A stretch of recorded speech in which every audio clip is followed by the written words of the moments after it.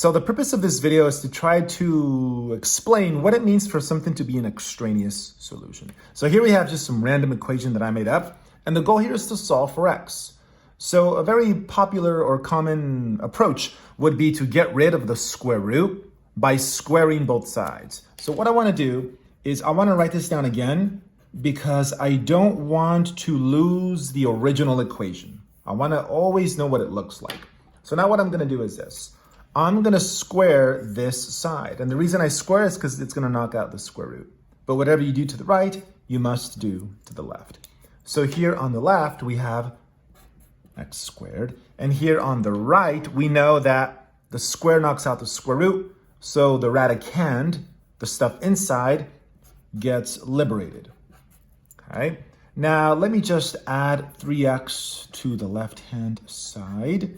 So these are gone. And this will be x squared plus 3x equals 28. And similarly, let me move the 28 to this side. Let me move the 28 to this side here. These are gone. So x squared plus 3x minus 28. Now, by the way, I totally made up this equation. I'm not sure what kind of equations you're dealing with. So if the types of equations that you're dealing with are way different, please let me know what they are. I'm just going with the flow here because this will hopefully help clear up matters. So I've done what I've done and I'm at this point here. Now we remember that something like this can be solved different ways. This is a quadratic equation. You could try to use the quadratic formula or you could try to factorize. You see, I believe that this here can be broken up into two smaller pieces. And if you experiment with these numbers, it should be x plus 7 times x minus 4. So again, if you're familiar with this technique going from here to here, awesome. If you're not, let me know and I'll clarify this. But let me just tell you that this is the correct factorization of that, because if I distribute this, if I go FOIL, as some teachers call it, if I distribute this, I get back before. So here's what we do now to finish this problem. This piece times this piece equals 0, which means that either this piece is 0 or this piece is 0, or they're both 0. So what I'm going to do is I'm going to set both of these pieces equal to 0 up here because I've run out of room. So watch, x plus 7, you set that piece equal to 0. And then the next piece, x minus 4, you set that piece equal to 0. And now you solve each of these equations. So subtract the 7, and one of the proposed answers is negative 7. And then you add the 4. So the mathematics is telling us, hey, the two answers are this. Right? Sometimes there's one answer, sometimes it's two answers, sometimes there's like a million answers. But here we think that there are two answers, but hold up, you have to check this. Your teachers sometimes tell us to check our answers. How do you check your answers? You take the original number, you take this answer and you plug it into the original equation. So let me check.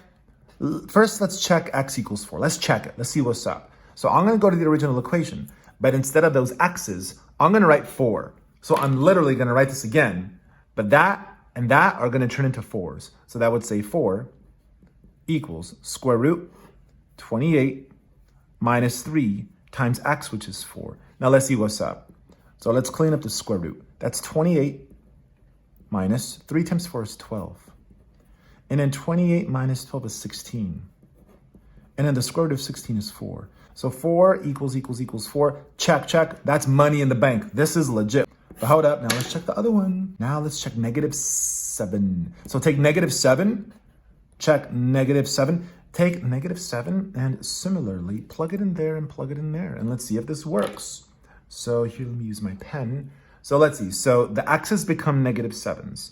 So that would be negative 7 equals square root 28 minus 3 times negative 7. Now let's see what happens here.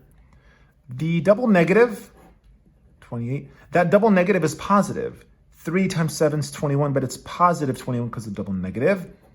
28 plus 21 is 49, and the square root of 49 is 7. But like, here's the problem. Negative 7 does not equal 7. So this is no bueno. This is bad. So this is an example. This here is what we call extraneous solution. It's an imposter. It's a fake. It's a phony. And the reason that it sort of came to be is because we squared. A lot of times when you square something, both sides of an equation, you're creating the opportunity for imposter solutions to join the party.